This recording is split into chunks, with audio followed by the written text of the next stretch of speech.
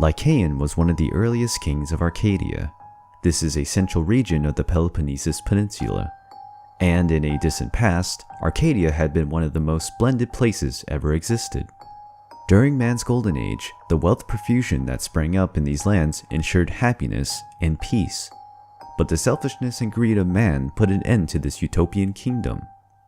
The king Lycaon, who was one day seen as an uncivilized and cruel man, appeared to be determined to regain the prosperity of Arcadia's golden years. And so he was adored by his people. Lycaon knew that the task to restore Arcadia's glory would be impossible without the grace of the gods, and therefore he had to fight a great temple in honor of Zeus. The supreme god was pleased with this act and started to favor the king of Arcadia.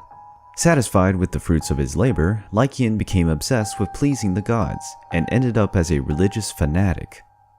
In order to get more benedictions, the king started to conduct human sacrifices. However, this practice had already been condemned by the gods. Unaware foreigners who arrived in the region were captured and sacrificed, and this represented a great offense to the duty of hospitality, one of Zeus's requirements.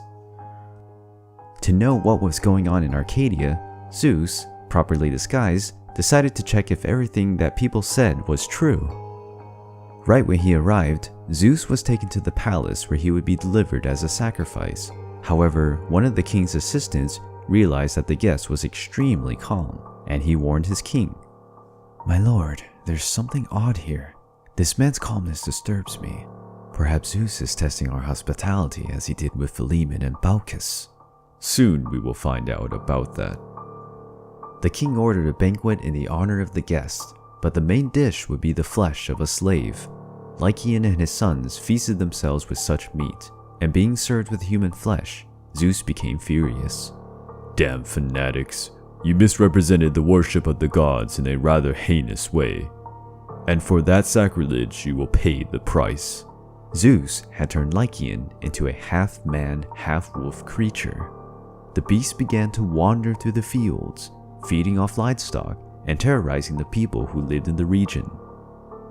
And during the full moon nights, it was possible to hear the cries of the king, who had been turned into the creature that nowadays we know as a werewolf.